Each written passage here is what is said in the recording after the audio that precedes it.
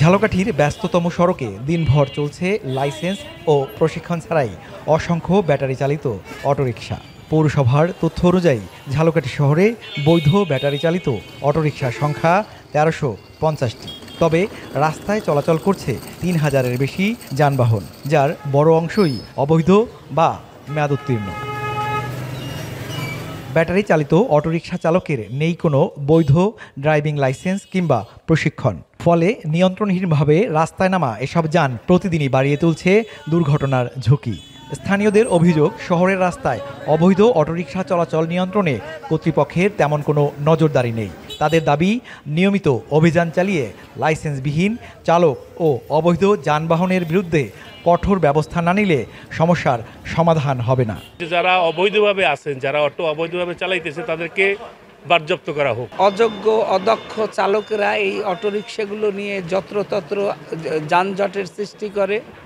আমাদের চলাচল অত্যন্ত ঝুঁকিপূর্ণ নিয়ে যে চলাচল করতে হয়। কাগজপত্র আমার সব দেওয়া, কিন্তু লাইসেন্স দেয় না পৌরসভা। লাইসেন্স দিয়েছে পৌরসভা 500, কিন্তু গাড়ি চলতে আছে 2000। ঠিক আছে, এইগুলো অনেকটা যানজট সৃষ্টি হয়। পৌর প্রশাসক জানান, বর্তমানে অভিযান কিছুটা শিথিল থাকায় শহরে অটোরিকশার সংখ্যা কিছুটা বেড়েছে। তবে যেসব যানবাহনের রেজিস্ট্রেশন নেই সেগুলো জব্দ করতে দ্রুতই পদক্ষেপ নেওয়া হবে। অভিযান একটু শিথিলভাবে পরিচালনা করছি, তারপরও আমরা প্রতি সপ্তাহে এক বা একাধিক দিন আমরা অভিযান পরিচালনা করি এবং আমাদের বর্ষা মৌসুম শেষ হলে আমরা এই ব্যাপারে আরও কঠোর অবস্থান গ্রহণ করব।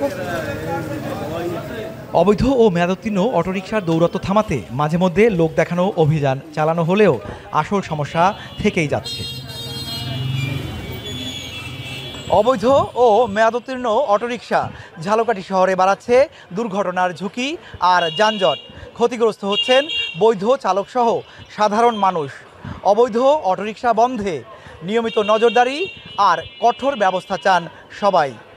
আল আমিন তালুকদার, এখন ঝালকাঠি।